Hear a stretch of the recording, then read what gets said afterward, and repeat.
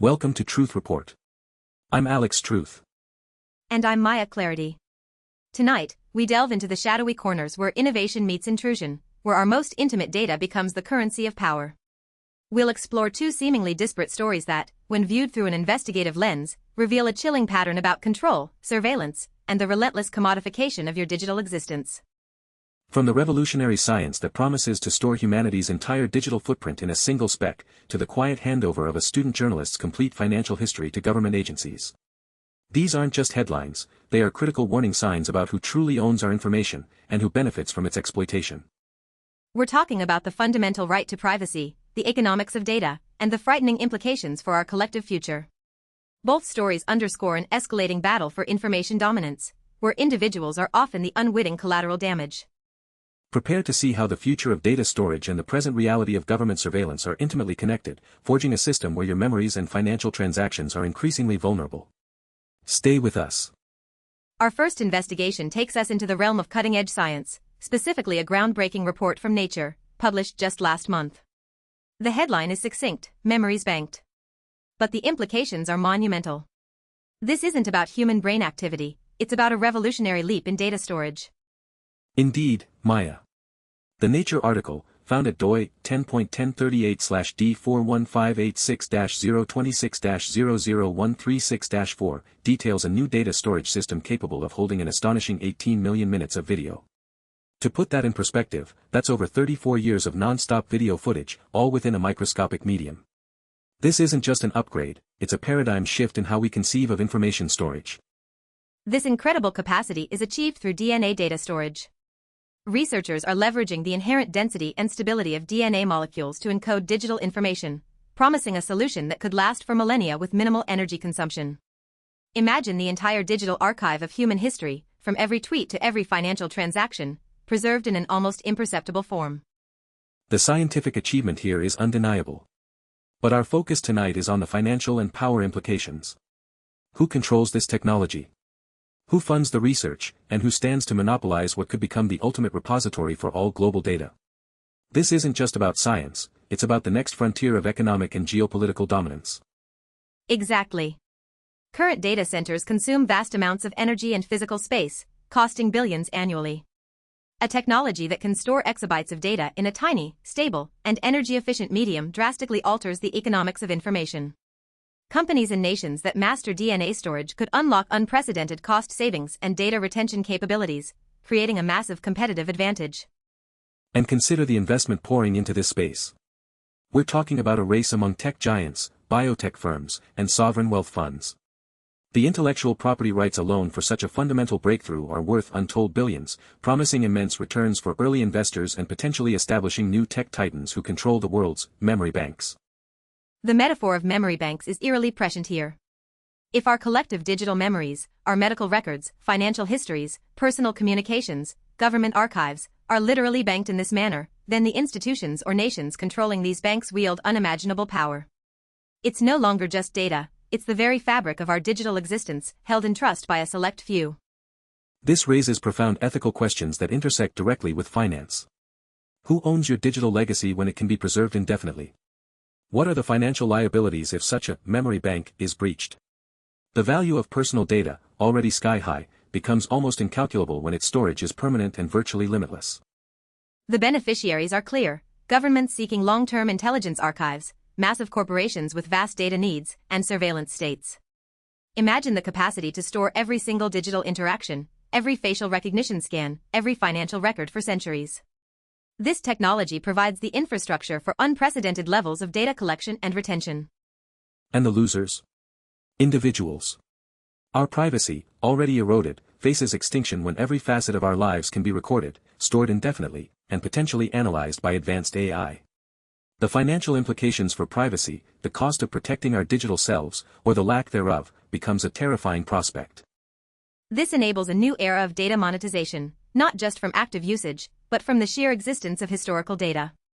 Companies could offer digital immortality services, governments could maintain endless citizen profiles, and financial institutions could hold millennia of transaction records, analyzing patterns for profit or control. This isn't merely a scientific curiosity, it's a foundational technology for the next century, poised to reshape global power structures. The nation or consortium that dominates DNA data storage gains an unparalleled strategic advantage, controlling not just information, but potentially the very historical narrative and future trajectory of humanity. It links directly to national security, economic dominance, and information warfare. In a world where data is power, the ability to store more data, more securely, for longer, transforms the landscape of global competition. This isn't just about bytes, it's about geopolitical leverage and control over the most valuable resource of the 21st century. What we are witnessing is the ultimate surveillance tool, perhaps disguised as scientific progress. The ability to bank 18 million minutes, or infinitely more, of digital information creates the perfect infrastructure for total information awareness, where every memory, every transaction, every facet of existence can be meticulously archived and recalled. Now, let's pivot from the future of data to its very real and chilling present. A recent report from the Intercept, published on February 10, 2026, exposes how Google, one of the world's most powerful corporations, quietly complied with an Immigration and Customs Enforcement, or ICE, subpoena demanding a student journalist's complete bank and credit card numbers. This is not a hypothetical scenario, it's a direct assault on financial privacy and journalistic freedom. The report, detailed at theintercept.com/2026/02/10/Google-ICE-subpoena-student-journalist, focuses on Amanda Thomas Johnson, who had no idea ICE was seeking his highly sensitive financial data until months after Google had already handed it over. Let's be crystal clear about the scope of this demand. ICE didn't just ask for basic contact information. They sought comprehensive financial data, bank account numbers, credit card numbers, transaction history, and potentially spending habits.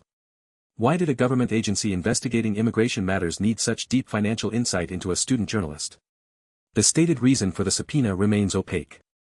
And here's where the complicity becomes stark. Google, a company that constantly touts its commitment to user privacy, fulfilled this invasive subpoena without ever notifying Thomas Johnson. He was denied the opportunity to legally challenge the request, effectively stripping him of his due process rights and leaving him vulnerable to unchecked government scrutiny. The financial footprint we leave online is incredibly detailed. Every coffee purchase, every subscription, every travel booking via services linked to Google provides a granular map of our lives. ICE gaining access to Thomas Johnson's financial data means they obtained a complete dossier of his movements, associations, and personal spending priorities, all without his knowledge. This has a profoundly chilling effect on journalistic integrity and freedom. Journalists rely on protecting sources and maintaining financial independence.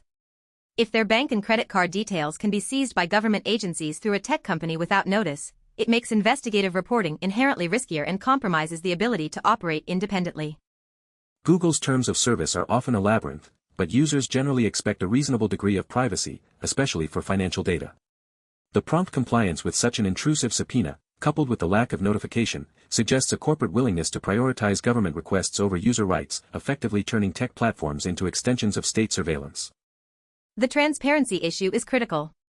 Neither Google nor ICE have fully explained the necessity or justification for this broad financial data request. This opacity fosters an environment where unchecked power can flourish, leaving individuals in the dark about how and why their most sensitive information is being shared. This isn't just about Amanda Thomas Johnson, it creates a dangerous precedent. It tells every journalist, every activist, every citizen, that their financial privacy online is precarious and subject to government scrutiny without their knowledge or consent, facilitated by the very platforms they use daily. It's an economic weapon against dissent and free speech. And let's be clear, this is not an isolated incident. We've seen a pattern of tech companies complying with government demands for user data, often under gag orders, and without individual notification. This case, involving highly sensitive financial information, simply highlights the extreme lengths to which these partnerships can go. Who benefits from this arrangement? Clearly, government law enforcement and intelligence agencies like ICE, who gain unfettered access to an individual's financial life, bypassing traditional oversight. It provides them with an incredibly powerful tool for investigation, or indeed, for intimidation. The losers are unequivocally individuals, especially those in marginalized communities, journalists, and activists, whose financial privacy is utterly stripped away. This financial exposure can lead to harassment, monitoring, or even the targeting of individuals based on their spending habits or associations. Google, in this scenario, benefits from maintaining a cooperative relationship with powerful government bodies. Avoiding legal battles, or simply appearing helpful to agencies, can smooth over regulatory issues or provide access to valuable government contracts. It's a calculated exchange of user privacy for corporate expediency. And the public loses trust. trust in the platforms they use, trust in the government's respect for civil liberties, and the belief that their financial transactions are private. This erodes the very foundations of a free and open society, financially surveilled at every turn. This incident starkly illustrates how tech giants have become de facto extensions of state surveillance. With their immense data repositories, they hold the keys to our digital lives, and increasingly, they're handing those keys over to government agencies without resistance or public accountability. It exposes an unregulated power dynamic where corporations and the state together wield immense control over citizen data, with minimal checks and balances. Our financial data, the lifeblood of our daily existence, becomes a commodity to be exchanged in this opaque system of power. This is the financialization of surveillance. Our spending habits, our bank accounts, our credit card numbers are not just personal details, they are data points that can be exploited for control, for profit, or for political gain. It turns our private economy into a public ledger for government scrutiny. Alex, when we look at these two stories side by side, a terrifying picture emerges. On one hand, the promise of DNA data storage offers the capacity to bank nearly infinite memories of human existence. On the other, we see the very real, immediate extraction of a journalist's most private financial memories by Google and ICE.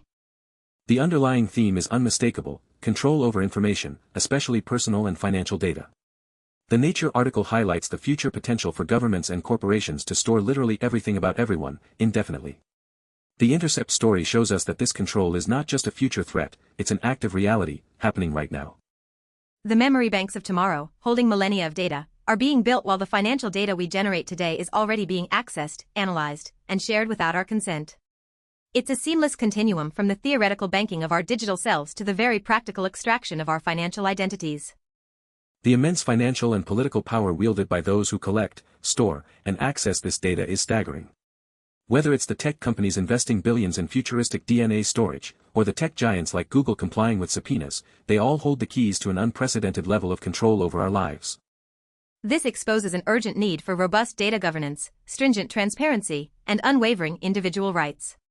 Without these protections, the promise of scientific advancement and the convenience of digital services risk becoming tools for pervasive surveillance and economic exploitation, fundamentally eroding our autonomy. The stakes couldn't be higher. This is a battle for our digital sovereignty, for the sanctity of our financial lives, and ultimately, for the future of democracy and personal liberty in an increasingly data-driven world. We are at a critical juncture where the architecture of surveillance is being cemented, both scientifically and legally. The stories we've covered tonight are not isolated incidents. They are interconnected pieces of a much larger puzzle, revealing how our most intimate financial details and our entire digital existence are becoming commodities in a global struggle for power and control. We call on citizens to demand greater transparency from both corporations and government agencies. We urge policymakers to enact robust data protection laws that prioritize individual privacy over corporate expediency or state surveillance. Your financial life, your digital memories, are not theirs to take without your knowledge or consent. The future of data storage and the present reality of data sharing demand our constant vigilance. We must question who holds our information, how it's being used, and what price we truly pay for convenience and technological advancement. For Truth Report, I'm Alex Truth. And I'm Maya Clarity. Stay informed. Stay vigilant. This is Truth Report.